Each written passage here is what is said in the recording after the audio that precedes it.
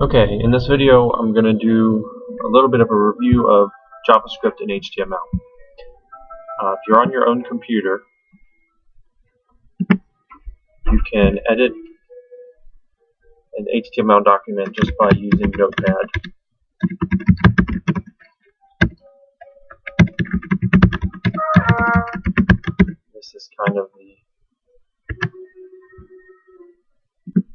This is okay, so you want to say save as type all files to make sure it says .html and not .txt, so we'll call this something .html. Right, this is your smallest HTML file, and then in your browser, whatever browser you have, you want to open, Control O, go and browse to that file wherever you save it.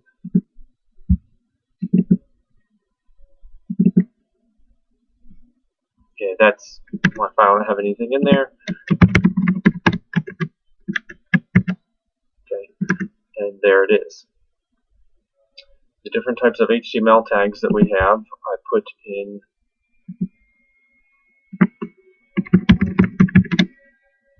information in the memorize directory. Memorize, let's see, in class code, go down to memorize, there's memorize. There's a few HTML files here, and there's also stuff.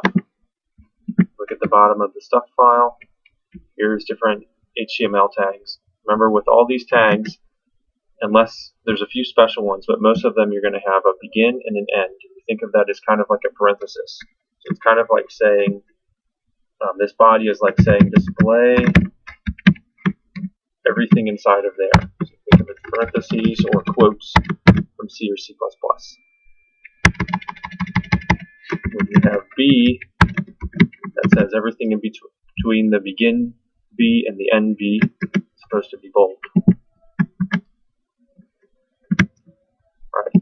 So you should take your empty HTML file and try each one of these formatting tags. These are all formatting tags. There's one here that we didn't talk about, which is BR. It doesn't have an end. All it does is make a break, a line break. Instead of starting a new paragraph with extra space in between, it just goes straight to the next line. Okay, one thing that you'll notice is that it doesn't matter if I have a bunch of new lines in here. Just like C++, white space is mostly ignored in HTML. So a bunch of lines is just the same as having a space. Okay, if you're in the memorize directory, I left 3 files for the HTML. Here's empty. It's just like the one that we have, and if you right click, you can view the source. Okay, that's the source.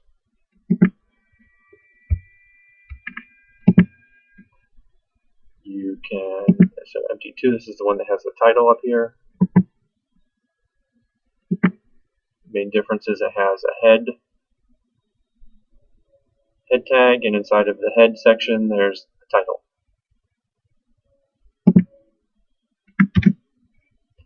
Simple JavaScript. And if you view the source for this, you see it has on load, so this body tag. There's a begin body tag, there's an end body tag. The tags can have attributes, and a particular attribute is called onLoad. That's all lowercase, no quotes around it, equals, and then you have some string here, something between quotes. And what you have in there is JavaScript command, which is to display the message hi there. Notice that there's a single quote here. In JavaScript, single quotes and double quotes are really the same. You can use either one for strings. And why wouldn't I want to put a double quote here? If you had a double quote there, the web browser would think that you're done with your JavaScript command, because there would be a begin double quote and end double quote, and it would say, aha, JavaScript command is done. That's why you put the single quotes. Don't use double quotes inside of double quotes.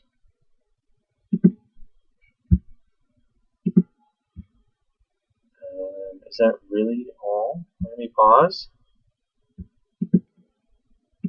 Okay, I put another file and then memorize. Let's take a look in the memorize directory again. There's one more. This is password.html. Fix that.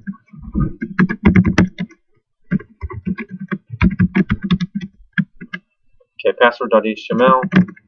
It checks to see this is the one we did in class. If you type CS151. If you would look at the source on this.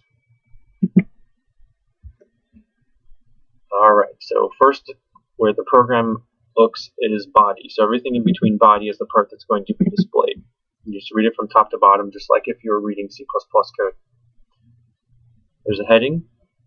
There's the text password. That's right here.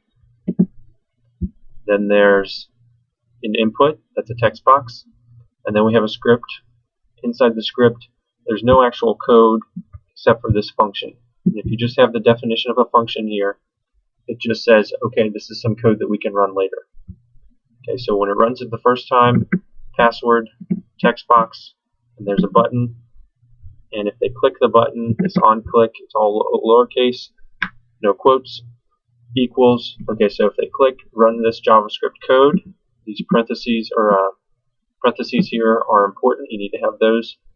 It says run this check with password, so then it goes up to here. And then right here, what we do is this stuff right here gets an HTML tag from the file that has the ID pass.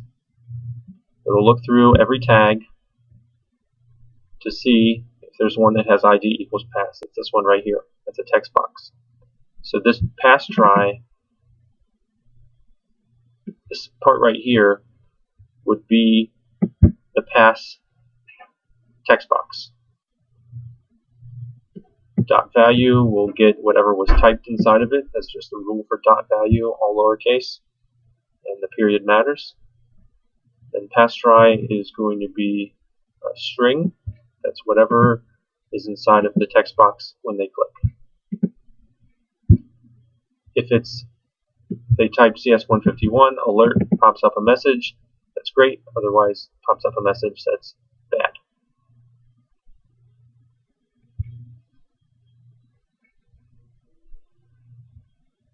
Okay, so this was, let me show you something else you can do. If you're in Chrome, if you want to know where in the HTML code is this button, you can say inspect element. There's some corresponding thing you can do in Firefox or Internet Explorer or Safari. So that'll show here the HTML code, and it's kind of nice because as you have your mouse over different things, it'll show you up above where that actually is. There's the heading, there's the input, text box, and here's the button.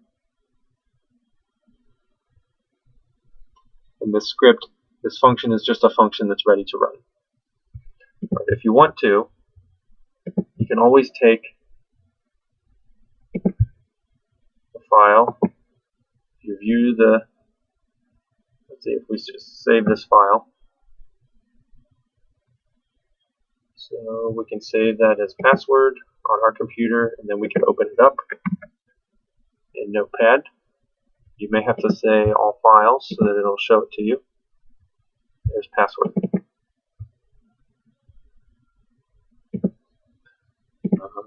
This is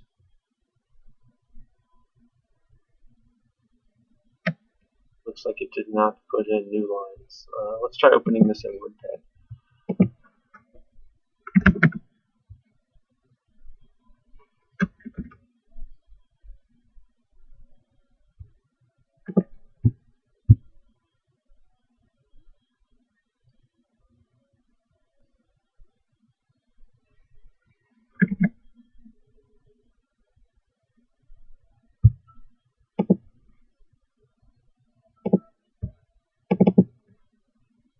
But again, we'll have to say all files.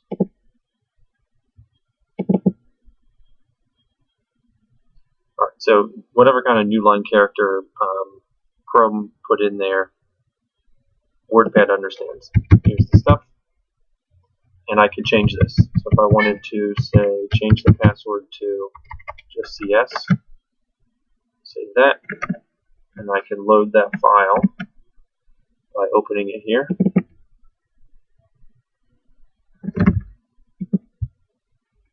Bad, and if I type CS, great. The thing that we were looking at right at the end was what if something we're supposed to have, I'm not sure, semicolons, is it required or not? Let's try it. One thing you can do with the JavaScript is you open up the JavaScript Console. On Chrome, that's where it is. On other browsers, get to it differently. And let me reload this. Control R. Alright, that's fine. It didn't give me any error messages by taking this anymore. But if I say else if, okay, that's not a thing that we're allowed to do. So reload. Then we have an error here, uncaught reference error, else if is not defined. You can even click here and it'll show where that is. And then you'd see else if. It also tells you a line number. You could go over if you were in Emacs or Pico, go to the right line. And then you can fix that. Click on the console. If there's ever any errors in your program, it'll show up down here. You have to turn that on. Okay. Place that you want to do is JavaScript tutorial. We're looking at more JavaScript stuff. We're not going to do a whole lot more than what we've done, but for people that want to do more, this is the place to go. And let's just, so you go through step by step here, but let's just go further along. There's some JavaScript code. So here they'll have a description of something that you can do. Try it yourself. They'll have some code over here that you can run in the browser. You can also paste it into your own file on your own computer and make changes. So if you take it here and make changes, so this is called password.html. If I reload that, now it's doing whatever their code was. Okay, so this W3 Schools JavaScript tutorial, you can make changes here and run it. You can also save this to your computer and open it and run it.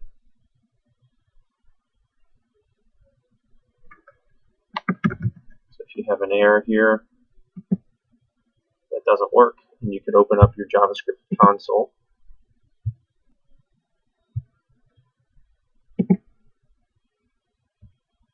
Run it, and you would see the error, which is actually inside of this page. But if you have it on your own program, that would sort of make more sense. But you can click on this, and you would see something. Okay. Probably easier to do it on your own computer. If you want to see an example of the type of thing we might be able to do, we're doing a little bit of JavaScript in the CS201 class.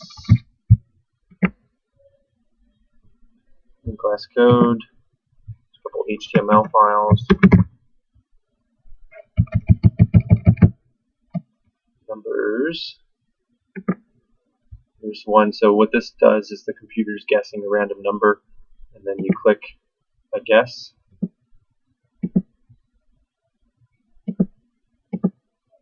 And when you're wrong, it's supposed to actually delete the button.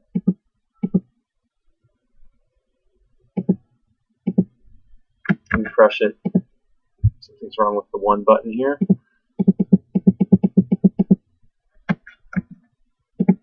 And Okay, so that's one of them. There's also the primes. We took the program that tests whether something's prime.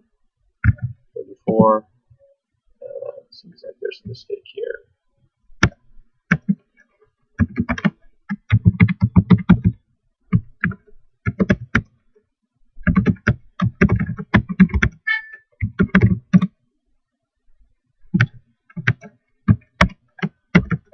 That might be the mistake. 34 is not prime. Pause.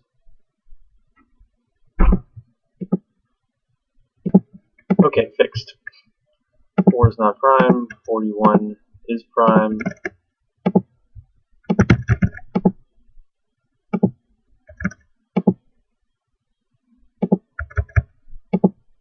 Eventually, it doesn't like numbers that are too big. So if it's 1, you can look at it's doing something different because it's actually changing something that's displayed on the page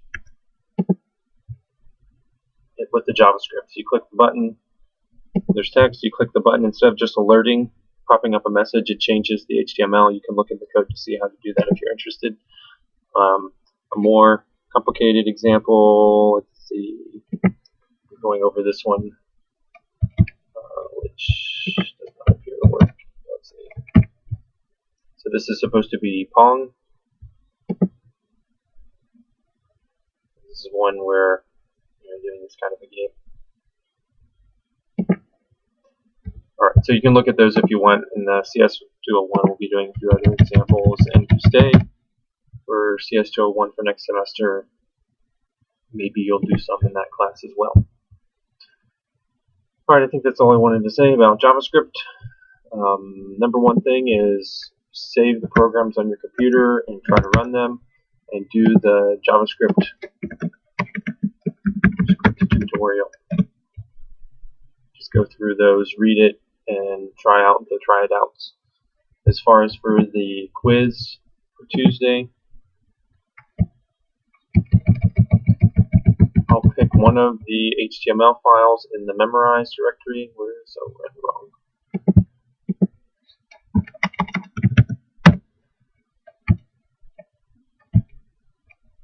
In the memorized directory, one of these HTML files, to ask you to write it down, including all correct syntax. And the way that you can verify that you remember that is go into Notepad or WordPad and try to type it out from memory. Just do that a couple times, have it memorized, and that will be very good for you. Stuff.txt, there's a couple different tags. I'll just ask you which tag do you use for bold, which tag do you use for a heading. Just remember those.